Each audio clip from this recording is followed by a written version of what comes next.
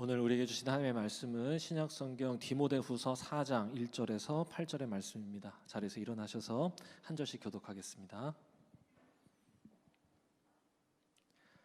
자, 제가 먼저 읽도록 하겠습니다.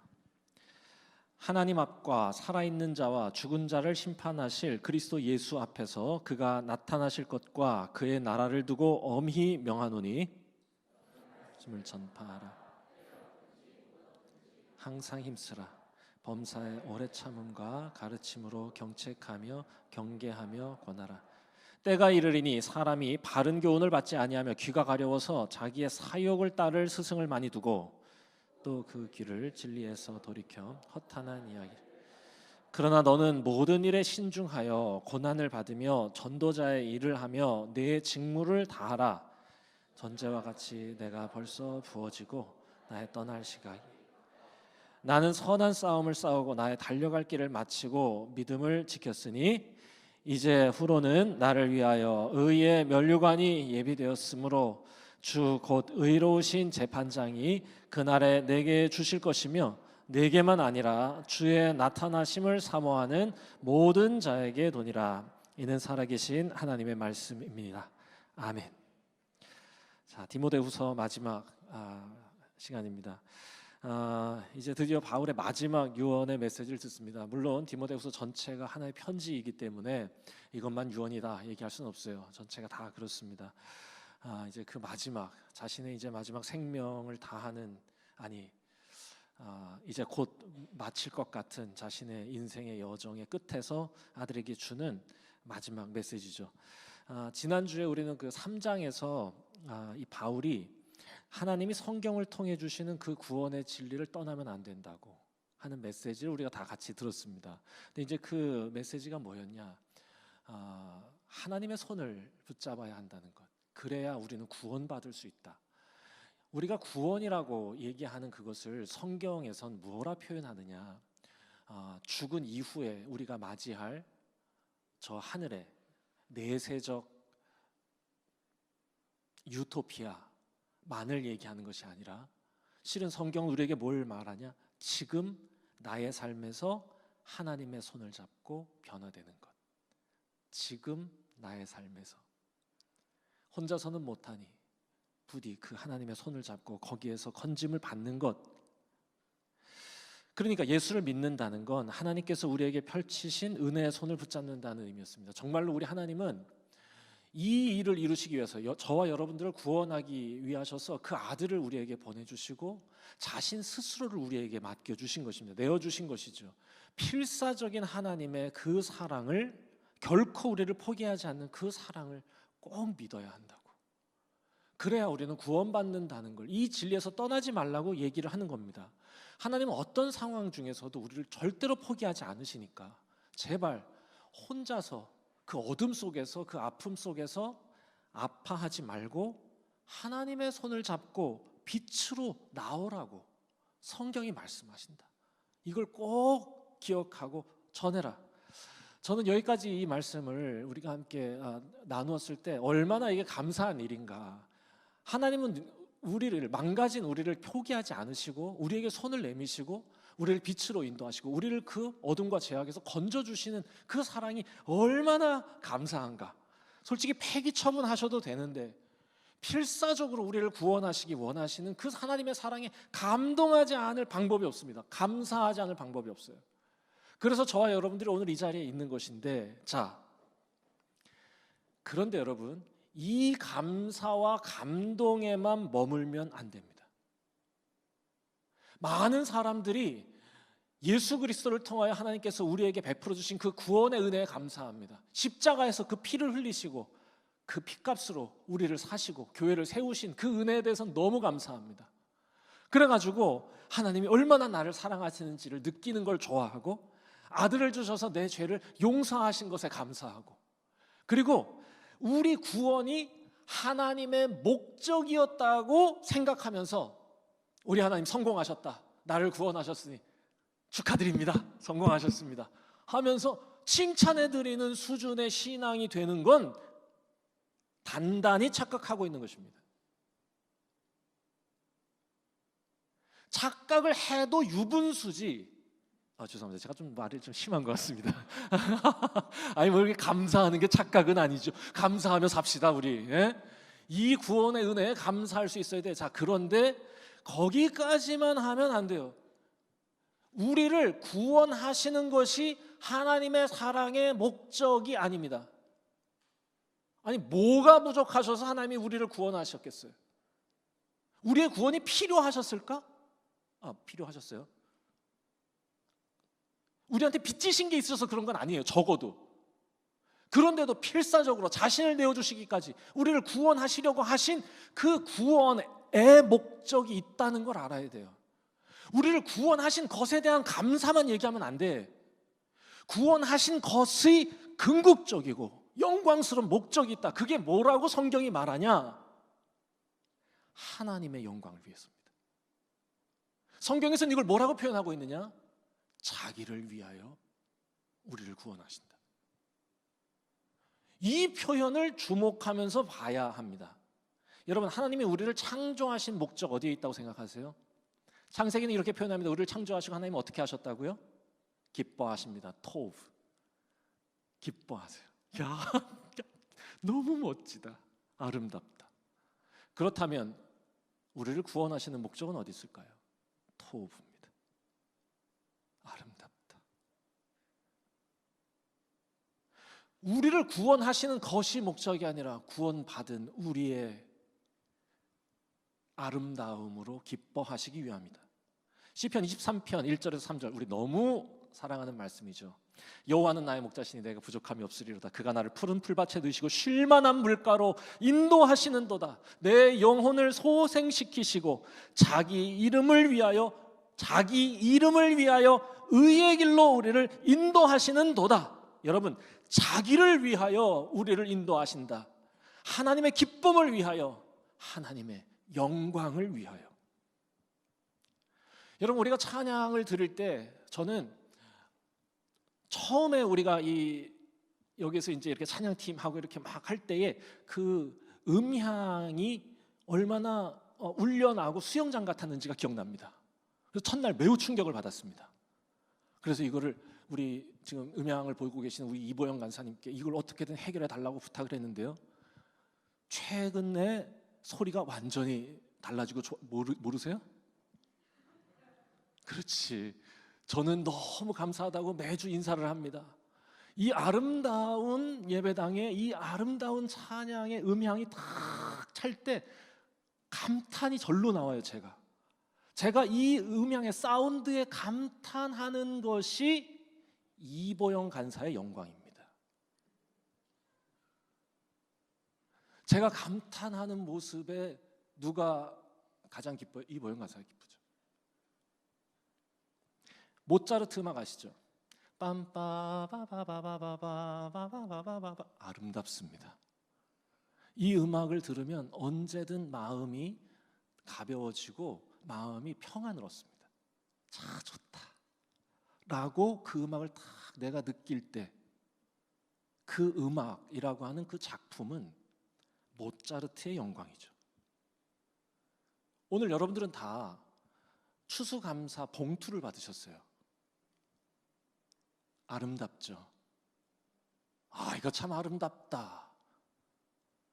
그 봉투를 만든 송민의 목사님 박하나 자매의 영광입니다.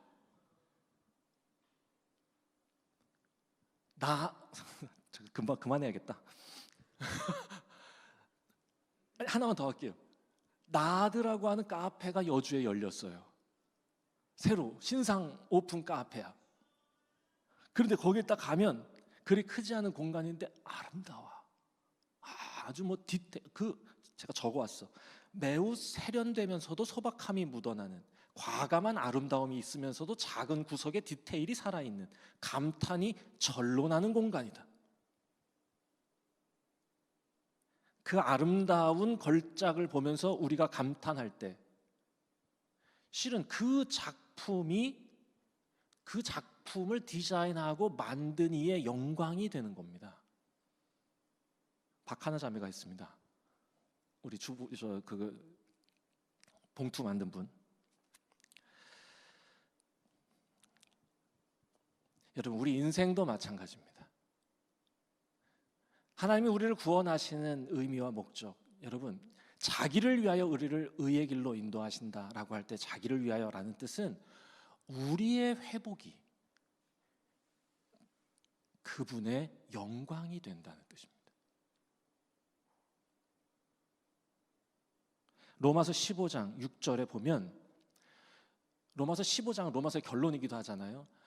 그러니까 우리 예수 그리스도를 믿고 하나님의 자녀된 우리들은 연약한 자를 돌보고 서로 선을 베풀면서 사랑하며 살아가자. 왜냐하면 이라고 하면서 하는 구절입니다. 왜 그렇게 우리가 살아가야 하냐? 한 마음과 한 입으로 하나님 곧 우리 주 예수 그리스도의 아버지께 영광을 돌리기 위함이다. 여러분, 우리가 이 사실을 많이 까먹는다니까요. 하나님께서 우리에게 손을 내미시고 우리를 구원하시고 변화시켜 주시고 우리의 인생과 인격이 하나님의 작품이 되게 하시는 이유가 어디에 있느냐? 하나님이 기뻐하시기 위함이고 하나님의 영광을 받으시기 위함입니다. 여러분, 오늘은요 종교개혁 주일입니다. 로만 카톨릭에 억눌려 있던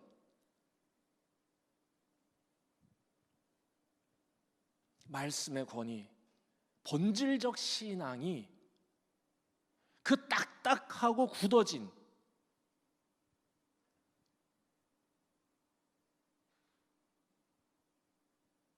교권화된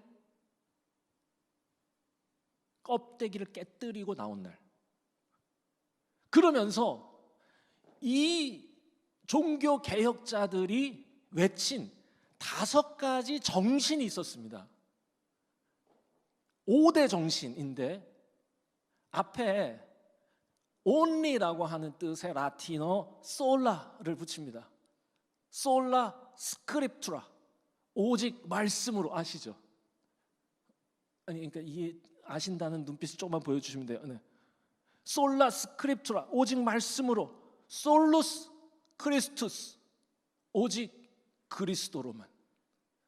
솔라 피데, 오직 믿음으로. 솔라 그라티아, 오직 은혜. 그리고 마지막 솔라 데오 글로리아, 오직 하나님의 영광입니다.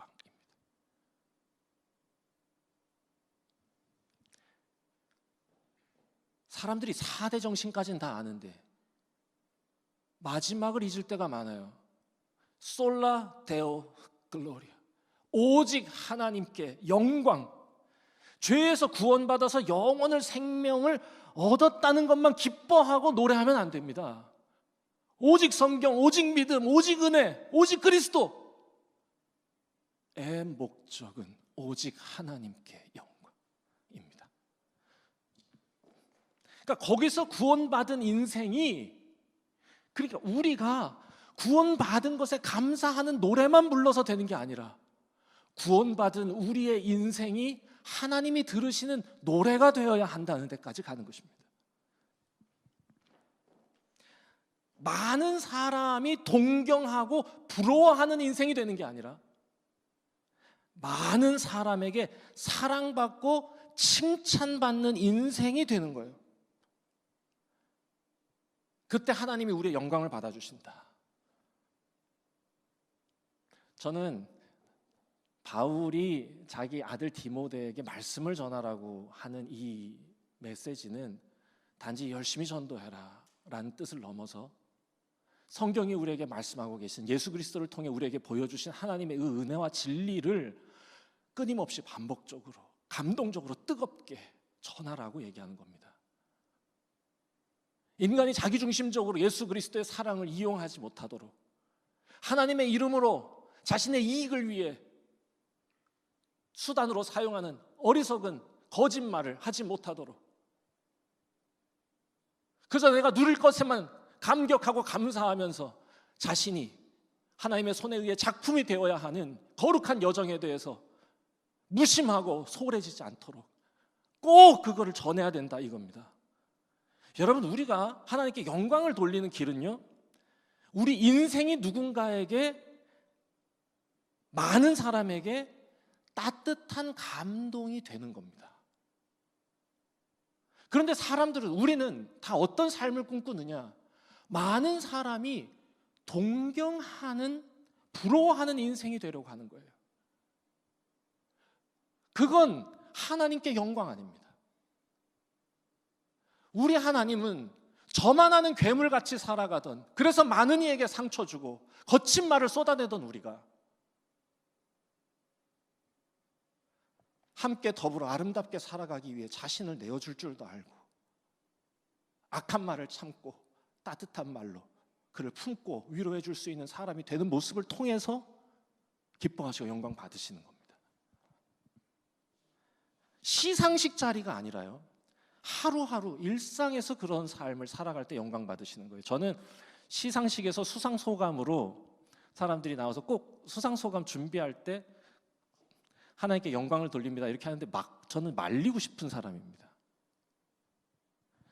시상식에서 하나님께 영광을 돌린다는 것, 차라리 깔끔하게 그냥 상 받게 해주신 하나님께 감사합니다 하는 게 맞지 않나? 상을 받아서 영광 돌리는 게 아니라 상을 받아도 겸손한 모습이 하나님께 영광입니다. 상을 받아야 하나님의 작품이 되는 게 아니라, 실은 어둠과 죄에서 나와야 아름다운 작품이 되는 것이니까 그렇죠. 레위기 19장에 제가 참 좋아하는 말씀이죠. 하나님 나라 장이죠. 레위기 19장에 나오는 밤모퉁이를 남겨야 되는 이유가 여러분 뭐였는지 혹시 기억나십니까? 그게 아름답기 때문입니다. 가난하고 연약한 사람들이 부끄럽지 않게 적어도 이 땅에서 우리가 더불어 함께 살아갈 수 있는 길을 열어주는 것, 그들에게 조용히 겸손하게 도움의 손길을 남겨주는 것, 그게 아름답다라는 거였습니다. 그리고 그 아름다운 우리의 삶을 통해 하나님은 영광 받으신다. 여러분, 저는 바울이 가졌던 소망, 그리고 바울이 날마다 꿈꾸던 그 날의 꿈, 오늘 말씀 처음에 보면 예수 그리스도와 그분의 나라를 생각하면서 너에게 말한다라고 시작합니다. 바울이 꿈꾸었던 그 나라, 모든 민족이, 모든 족속과 방언들 가운데서 모든 피조물이 이처럼 하나님의 영광이 되는 나라입니다.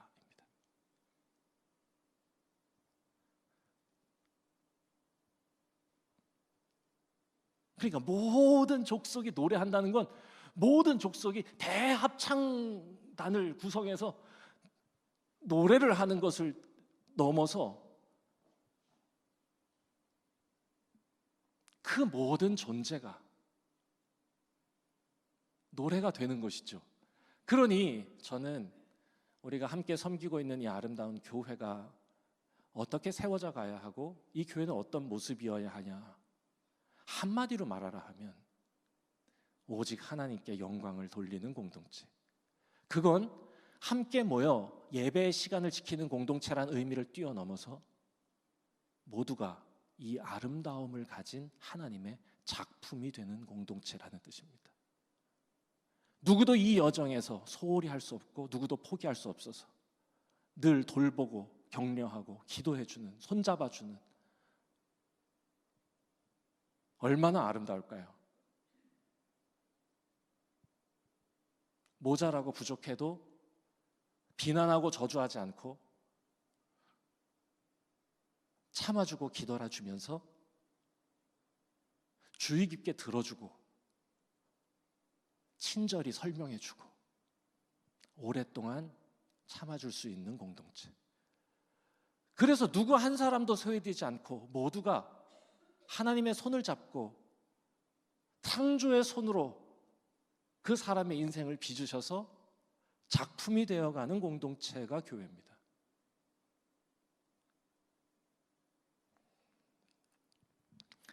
그래서 그 아들 디모데에게 마지막으로 이렇게 신신당부하는 것입니다. 너는 그 날이 이르기까지 이 말씀 전하는 일을 멈추지 말라는 겁니다. 오늘 말씀을 다시 한번 읽어보겠습니다. 디모데후서 4장 1절 2절입니다. 하나님 앞과 살아있는 자와 죽은 자를 심판하실 그리스도 예수 앞에 그가 나타나실 것과 그의 나라를 두고 엄히 명하노니 너는 말씀을 전파하라. 때를 얻든지 못 얻든지 항상 힘쓰라. 범사에 오래 참음과 가르침으로 경책하며 경계하며 권하라. 이 말씀을 너는 그날까지 끝까지 절대로 멈추지 말고 성실히 전해라. 하나님 나라 모든 민족 구원을 받아서 하나님의 영광이 되는 그 날을 위해서 사람들을 잠깨우고 설득하고 인내하며 온유하게 가르치고 좋을 때나 힘들 때나 담대히 선포하고 행복하게 꿈꾸게 해라 라는 말이죠. 디모데후서 4장 3절에서 5절 말씀이 보이죠? 이렇게 제가 간단히 설명할 수 있을 것 같아요. 사람들이 자기가 듣고 싶을 말만 들으려고 이 교회 저 교회 기웃거리더라도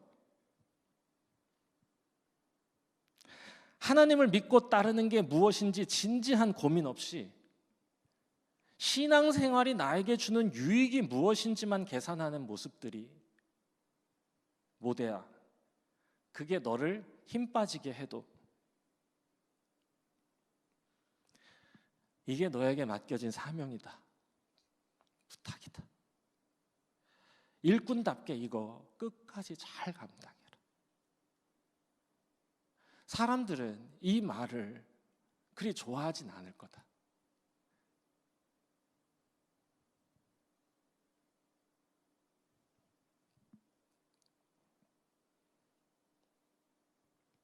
사람들은 자기의 욕망을 지지해 주는 말을 좋아하죠. 듣고 싶은 말 듣고 싶어 하죠. 있는 모습 그대로 하나님은 너를 받아주신다는 위로의 말을 좋아하죠.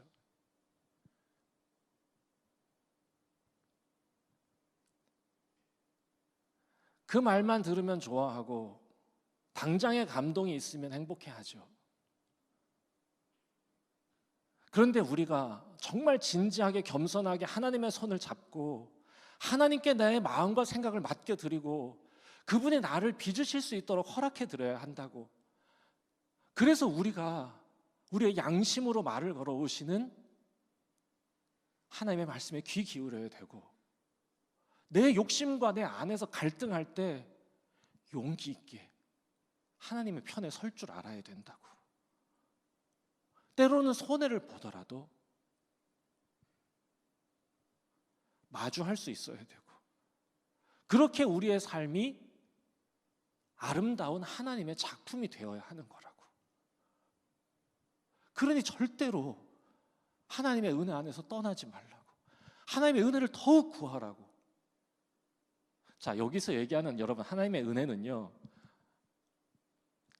부족하고 모자란 나의 허물을 벗겨주시고 때 묻은 내 몸을 씻어주시는 은혜예요, 전부 다. 근데 사람들이 듣기 좋아하는 은혜는 뭔지 아세요? 내 마음에 위로를 주고 내 삶을 풍요롭게 만들고 내 삶의 기쁨을, 우리 가정의 화목을 주시는 은혜입니다. 맞아요, 그것도 은혜입니다. 우리 하나님은 능히 그렇게 하실 수 있고요, 우리에게 그것이 필요하시면 우리보다 우리의 필요를 더 잘 아셔서 우리에게 그걸 채워줄 수 있어요.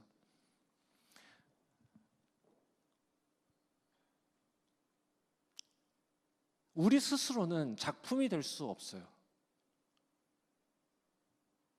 근데 우리가 할 수 있는 일이 있는데, 우리 스스로 우리를 작품으로 만들어 가시는 하나님의 은혜를 거부하는 것입니다. 우리가 이쪽에만 기울어 있으면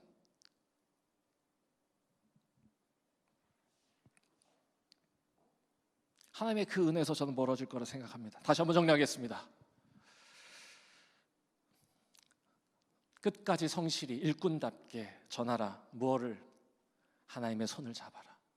그리고 하나님의 영광이 되어라. 이 말씀을 넌 끝까지 해라. 왜 하나님이 우리를 구원하시냐? 하나님의 영광 받으시기 위함이다. 하나님이 우리를 창조하실 때 우리를 기뻐하셨던 그 기쁨, 우리의 회복을 통해 하나님이 다시 얻기 원하신다는 것을 가르치는 겁니다.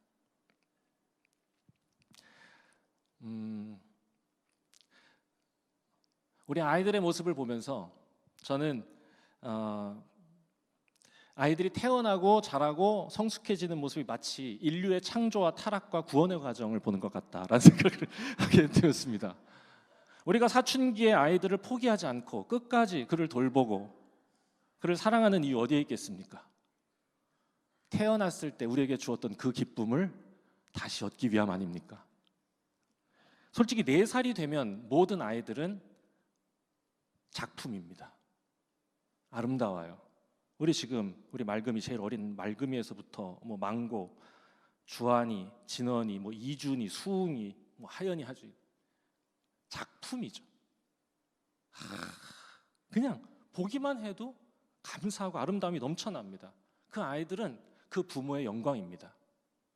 그런데 이제 어느 순간 아이들이 문을 닫고 들어가기 시작하면서 타락하는 것입니다.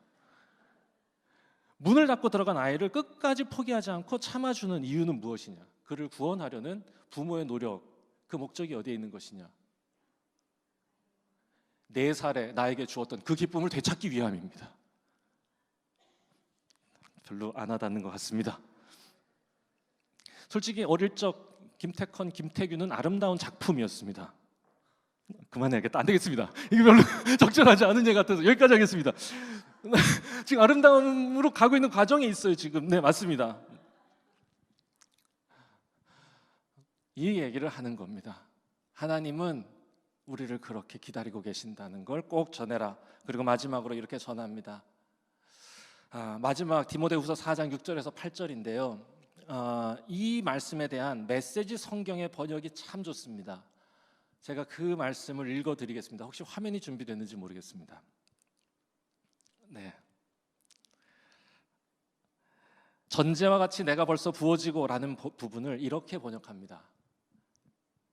그대가 이어받으십시오. 나의 죽을 날이 가까웠고 나의 생명은 하나님의 제단에 제물로 드려졌습니다. 이것은 참으로 달려볼 가치가 있는 유일한 경주입니다. 나는 열심히 달려서 이제 막 결승점에 이르렀고 그 길에서 믿음을 지켰습니다. 이제 남은 것은 환호소리, 하나님의 바라는 모든 이들에게도 다 그렇게 공정하게 대해 주실 것입니다. 참으로 달려볼 가치가 있는 유일한 경주입니다. 저 이 말씀을 읽는데 저희 아버지께서 제 아들인 저에게 제 나이 때 해주시던 말씀을 생각했습니다. 그게 꼭 제 나이 때예요. 저희 아버지랑 저랑 30살 차이 나거든요. 저랑 김태컨이랑 30살 차이 납니다. 첫째 아들이요. 제 나이 때 그 말씀을 해주셨다고 하니 다시 새삼 새로워졌는데, 대학 진학을 위해서 원서를 쓰던 날 저희 아버지께서 저에게 해주시던 말씀이 꼭 이와 같았습니다.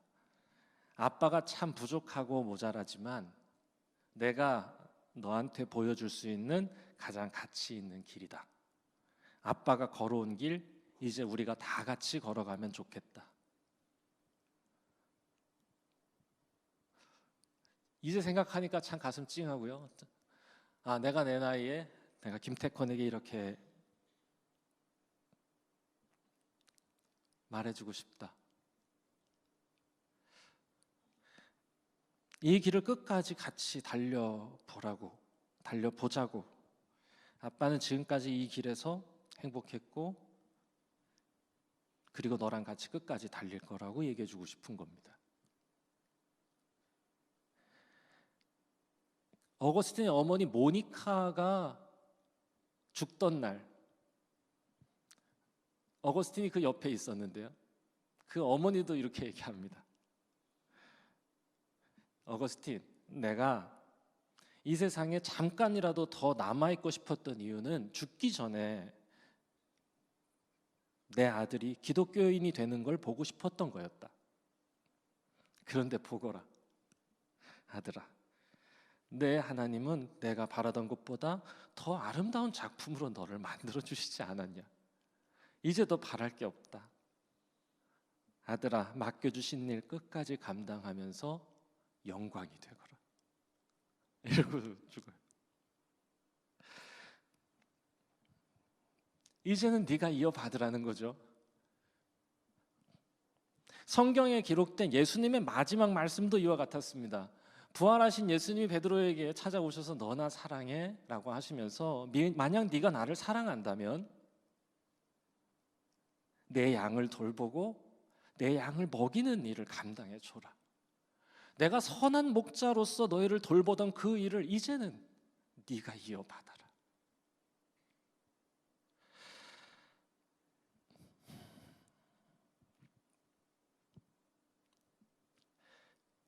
우리가 예수님이 하셨던 이 유언의 말씀을 또 오늘 우리가 하나님의 말씀을 통해서 바울이 남긴 아들 디모데에게 하는 마지막 부탁을 저는 우리 스스로가 먼저 잘 들어야 한다 생각합니다. 우리가 먼저 이 말을 잘 듣는 이 거룩한 사명을 이어가는 그 도구가 되는 것이죠. 그리고 나아가 이런 소망도 갖게 됩니다. 우리에게 맡겨주신 자녀들에게, 아직 결혼을 안 하신 분들이라면 여러분에게 맡겨주실 자녀들에게, 그리고 자녀가 없는 분들이라면 여러분이 믿음으로 품은 영적 자녀들에게 우리도 이렇게 유언할 수 있으면 좋겠습니다. 이제 그대가 이어받아 주십시오. 이 길은 내가 당신에게 보여줄 수 있는 가장 아름답고 가치 있는 길입니다. 이 길을 걸을 수 있어서 행복했습니다. 그러니 당신도 이 길을 포기하지 말고 끝까지 가십시오. 하나님이 박수 쳐주시고 안아주실 것입니다. 말씀하시겠습니다. 함께 찬양했으면 좋겠어요. 저는 하나님께 영광을 돌린다고 하는 것, 그것이 아름다운 찬양, 아름다운 노래, 아름다운 고백에 담겨 있는 것이라고 생각할 때도 있었습니다. 그런데 오늘 말씀을 준비하면서 세상 모든 민족이 주의 영광을 보게 되는 건 우리의 노래와 우리의 고백을 넘어서 실은 우리 공동체의 아름다움, 우리 각자 인생의 성숙을 통해서 드러나고 발견되는 것이겠다라는 생각하게 됐거든요. 그래서 우리 자신이 하나님의 영광이기를, 그리고 우리를 통해 하나님의 영광이 드러나길, 이 마음으로 이 찬양 함께 부르고 기도하겠습니다.